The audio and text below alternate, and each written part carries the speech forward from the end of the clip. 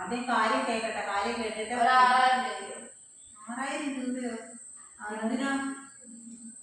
എനിക്ക് പഠന ടൂർ പോകാൻ. പഠന ടൂറിന് 6000 രൂപയോ?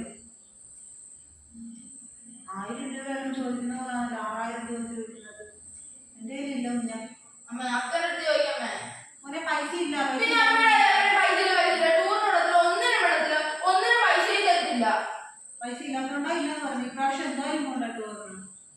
പിന്നെ എല്ലാ പ്രാവശ്യം അടുത്ത പ്രാവശ്യം ഒരു പ്രാവശ്യം പൈസ തരത്തില്ല. ഇപ്പം വീടുപണി എല്ലാം കഴിഞ്ഞു അതിൻ്റെതായ ബുദ്ധിമുട്ടും കാര്യങ്ങളിലൊക്കെ ഇരിക്കണം.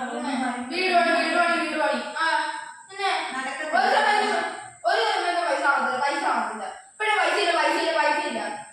പൈസ ഇല്ലാത്തോണ്ടാ ഇല്ലെന്ന് പറഞ്ഞത്. പൈസ ഇല്ല. ആരും ചോദിക്കുന്നില്ല. അല്ല ഇവർക്ക് അറിയാം, കാര്യം അറിയാമല്ലോ. എന്താ വിഷമിച്ചിരിക്കുന്നേ എനിക്ക് ചോദിക്കണം. എന്താ വിഷമിച്ചിരിക്കുന്നത്? ചേട്ടൻ ദേഷ്യപ്പെട്ടോണ്ടാണോ? സാരമില്ല, ഞാൻ പോട്ടെ അത്രയും പറഞ്ഞാൽ മതി. സാരമില്ല, അത്രയും പോട്ടെന്ന് പറഞ്ഞാൽ മതി. അപ്പത്തേക്ക് ഞാൻ ചോദിച്ചാണ്. ഒരു മിനിറ്റ്. അല്ല നീ ഓണാക്കിയാൽ മതി. ഓണാക്കി